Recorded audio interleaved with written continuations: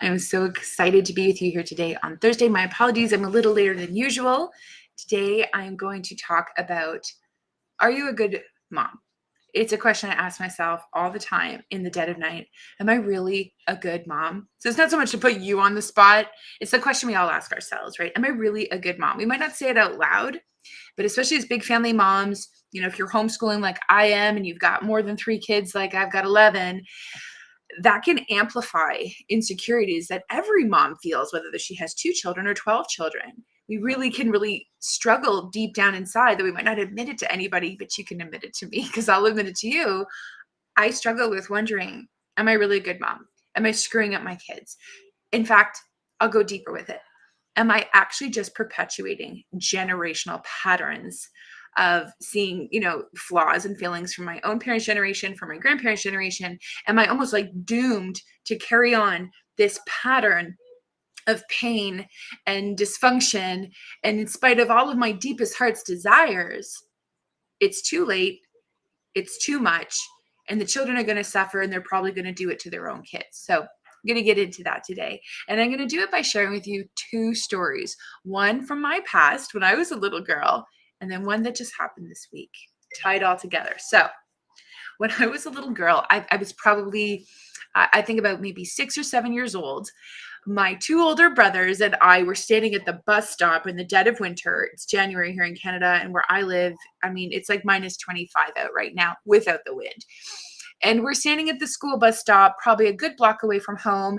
And all I remember from my brothers, who are both 2 years older than me, respectively, is they tricked me. They dared me to stick my tongue on a on a bus pole made of metal, right? You can imagine what happened next. Well, I did it, trusting my brothers, thinking it was just a game and it was all fun, until the tip of my tongue got stuck. I started to panic. They started to panic. And the pieces of this memory are that all of a sudden I remember, one of my brother who's 2 years older, his eyes started to fill up with tears when he realized this wasn't funny. I was really starting to freak out. I'm screaming and crying. My oldest brother, who's 4 years older than me, runs to it's just any neighbor's house, right? Like the closest house, like a total stranger's house. Next thing I know, this stranger woman is coming out holding a tea kettle, and I could see the steam wafting up. And I just panicked. Like, I was already in a high state of adrenaline and fear and overwhelm. But as soon as I saw that, I thought it was going to be boiling water pouring on my tongue. And because it was so little and emotions were riding so high, I just bolted. I ripped my tongue off that pole and ran home. Coming home, like, blood down my face. My mom is a stay-at-home mom at the time with my toddler sister. And I remember later eating soft-boiled eggs, and I healed eventually, and my brothers really got it later that day when they got home from school. That's all I remember from that. And I can look back on it now, and I've forgiven my brothers. They were just kids. They meant no malicious harm against me. So any of that trauma has been dealt with. However, I'm sharing that story with you because something happened just this week that was so deja vu, and yet it was so different. Here's what happened. So my 9-year-old is outside with his brothers, because I kicked most of the kids outside at certain times of the day. And I'm like, go outside, take all your energy. It's a great time of day. The sun is shining. There's been a big snow. Go play. We have a big snow hill across the street. So it's super fun, in a Catholic church that's right across from us. So they have a big parking lot with a big snow hill dance. Fantastic. It's really safe. Nice little quiet side streets. Wonderful. So grateful to be here. Well, all of a sudden, a whole series of things happened, and without getting into it, because it was a lot happening. I was in the middle of having a very difficult text interaction with someone in my life who I'm going to keep discreet about the details, but someone very close to me, and actually coming to a point of choosing to go no contact with them. So I'm experiencing all kinds of emotions, this generational stuff going on. And then my 14-year-old comes bolting into the house. He's like, Mom, Malachi stuck his tongue at the church. He stuck his tongue on the metal at the church. And I was like, I'm having this huge emotional tidal wave come in on me already, right? No appetite, stomachs and knots, heart palpitating already, just experiencing the emotions we feel when we're dealing with a really high stress relationship. Oh, did you hear me say your name? So I'm telling my friends about what happened the other day. So, and then telling them the good news. Do you want to stay or do you want to go? Stay. Okay. So I'm like, okay, this is real, right? There's no other parents around. I put on my boots, put on my coat.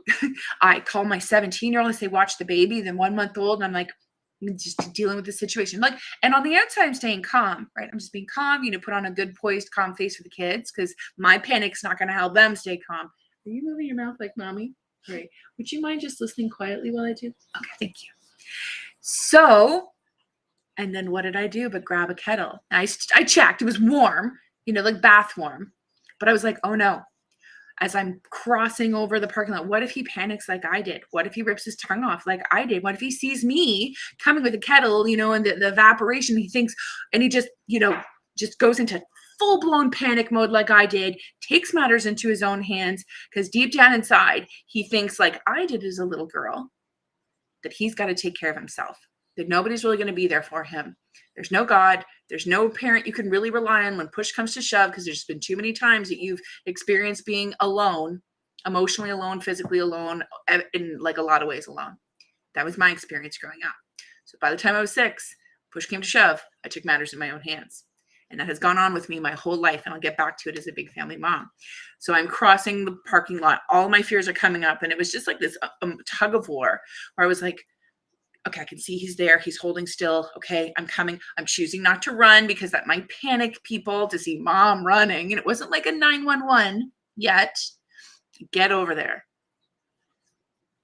A full third of his tongue is absolutely stuck to a metal railing.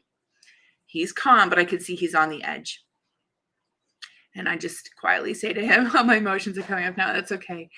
I was like, I'm here. I'm going to help you. It's okay. This water's warm and it's going to feel good and it's going to help you.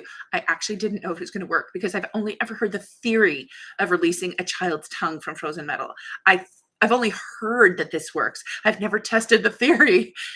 So I started pouring and I'm like, it's only half full. What if I run out before it, like my husband's like 45 minutes away. Am I going to have to call the stop? Just take it one step at a time. I'm taking deep breaths and I start pouring it. Nothing's happening. I'm pouring it. It's like slow motion, pouring it. And about 10 seconds in, which felt like a really long 10 seconds, boop, his tongue released. He pulls back. There's a bit of blood, but it wasn't as bad as it could have been. He gives me a big watery-eyed smile and it's over. And I was like, in heart, I was like, oh, thank God, right? Whew, that was a close call. Everybody's kind of gathered around us watching. I'm like, everyone back up. And I said, hey guys, it's okay. He's okay. Let's go home. And I just kind of pulled him close and we walked home. A couple of sniffles on the way, probably from both of us. And then we just went home and cooled it all down. Now, a couple hours later, I asked him and I said, hey bud, I'm just curious. You did such a good job keeping calm. Like I didn't expect that. And I said, what helped you keep calm? And this is what he said. I knew you would come. And I knew you would help. That's not something I believed when I was a kid. In my heart about God. Because I didn't really know or believe in God. And I wasn't growing up in a family that was pointing me to the lover of my soul, to Jesus at all. They didn't have that to give. And I didn't have those experiences growing up, and they were reinforced by a lot of life experiences telling me basically a fundamental narrative, a message I believed in my core until I was well into adulthood, of that I'm alone in this world and it's up to me to figure it out. Well, fast forward becoming a mom in my my 20s, and then a big family mom a little bit later, and then starting to homeschool. I was overwhelmed. I didn't know how to change a diaper. I didn't know how to keep a child even alive. And so when I was a young mom and then a young big family mom with like 3 kids under 2, 4 under 4, 5 under 5, all of those emotions were coming up and all the time, stressing me out, panic, overwhelm, middle of the night fears like I just described to you. What if I just screw them up? What if I, in spite of my deepest heart's longing, just carry on generational messages, generational dysfunction? It's just sort of a pattern, of everybody's got a backstory and everybody's got a family. I get that. So I just carried that right into my motherhood, and it's only been really of late. And God is gracious because He has divine timing in dealing with this, dealing with me as He's been pulling stuff out of my heart. And I use a metaphor of heart guarding as He reveals, all in perfect timing, because it may be like, why didn't you show this to me 8 years ago? Could have used it. Well, all in good timing, He shows, hey, Tara, the reason why you're struggling with these mom insecurities, why you really deep down fear that you will be even a remotely good mom, you're probably going to be like a a piece of work kind of mom, is because you've got fear in your heart. And hun, those fears go back, and I can deal with that stuff all in good time. So He's been rooting things out of my heart in different ways at different times, and it has made such a difference to my stress load. Now, that helps me, but is it helping the kids, right? So when I had this experience this week, and my son told me that he believed in his core something I didn't have when I was a kid.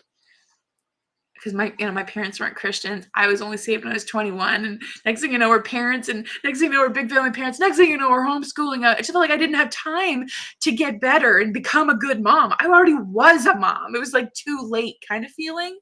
When he told me that, I just felt like God just give me the biggest hug and be like, it's okay, baby girl. It's okay. You don't have to be the best mom, even a good mom by whatever standard of good you're thinking of. See, the truth is, it's not about me being such a great or good mom. I do apply myself to learn and grow in grace. It's that He is good, and He's so much bigger than me. And it's taken such a load off of pressure, the pressure to be literally God to my kids. I know that mothers play a huge role in their children's life, boys and girls alike. And alongside their husband, these are the two most important people, formative relationships of any human being's life. And God has just been lifting that pressure off me and showing me that things can change. That by the grace of God, generational patterns can and do and will and are changing.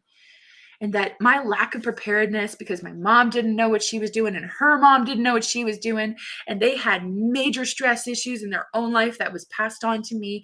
Maybe they didn't mean it, maybe they didn't know, but that it's not a doom, it's not a curse. It's not necessarily because my mom was so poorly equipped and I was so poorly equipped, my children will definitely be poorly equipped for life and godliness. God has just been relieving me of so much pressure. And that kind of pressure, it comes out, right? It comes out. I've seen it come out of me with irritation, crankiness, edginess, feeling embarrassed if my kids sometimes do something in public or in their homeschool or less than this, they're not measuring up or we're getting behind. And I could list it on and on, the ways that my heart rate is elevated with this sense of pressure, guilt, or shame, or not being good enough. And God is just like, take a deep breath and put your hope in me. And I'm like, it's one thing to say it. Oh, it's such another thing to actually begin to do it, to just really lean into the truth that God is bigger than me. He's bigger than my parenting. He's bigger than my mistakes as a parent and even my sins. And that He is changing generational patterns. So my heart is to encourage you today as a mom, wherever you're at, whether you have 2 kids or 12 kids, but especially speaking as a big family mom who's a stay-at-home, homeschooling, Christian, big family mom. It's pretty niche. This is resonating with you, and you have carried this burden of fear that you're never going to be a good enough mom. You'll never be good enough because enough never stops. But God is bigger than you. God is enough. He has chosen you, just as He's chosen me, to be the mother to these children in this time, in this generation, in this place, for such a time as this. And I get the sense of inadequacy. And in a way, it's probably good to feel a little inadequate. That way we're not, being so proud that we think we've got it all figured out. It's those people who realize they don't have it all figured out that run to God, right? Who draw near to Him at the humble in heart. They're like, God, you have to shore up my lack because my lack is huge. I'm painfully aware of my lack of preparation, painfully aware of my spiritual inadequacies. And I'm painfully aware that I don't have time to figure this all out. And God is like, that's where I excel. This has been such a load off for me, and I hope and pray that this is encouragement to you wherever you're at in your journey. And if you would like more encouragement as a big family mom from another big family mom who might just be a little further ahead in the road of life than you, please feel more than welcome to join my Facebook community, Big Family Moms from Struggling to Growing in Grace. We are a beautiful growing community of just Christ-centered women who love the Lord, love our kids, and have a heart to see things change in our time, even though we're painfully aware that we're going to need a whole lot of grace for that to accomplish. And like I said, that's where God excels. My son's core message was an absolute polar opposite of mine. And that's not because I'm such a great mom. I see that as being by the grace of God, who A, saved me, and B, continues to do a good work in me, who promises to do good works in and through me. I'm just like an earthen vessel. I'm so aware of my end, of my inadequacy, of my failings. And he is so much bigger and so much greater. And that doesn't necessarily give me license to sin, right? But it takes a whole lot of pressure, God level pressure, for me to be everything to my children. And instead, I realize that I'm a servant, I'm appointed, and that I'm just a vessel full of God's glory, and that he's doing way bigger things than I ever could imagine. Because who could have put that in his heart ultimately but God, to help him stay calm in a moment of sheer panic where I, as a child, absolutely took matters into my own hand, because deep down, I didn't believe that about God, about parents, about people. But he did. And I just want to give glory to God and publicly testify to that. So if you're catching this now live or later, I just want you to know there is a way for moms to have all that good mom pressure come off. And it begins and it ends with Jesus. So that's my heart message today. Thank you so much for connecting with me. Look forward to connecting with you in the group. Otherwise, God bless you. Have a great day. And I'll see you in the next live.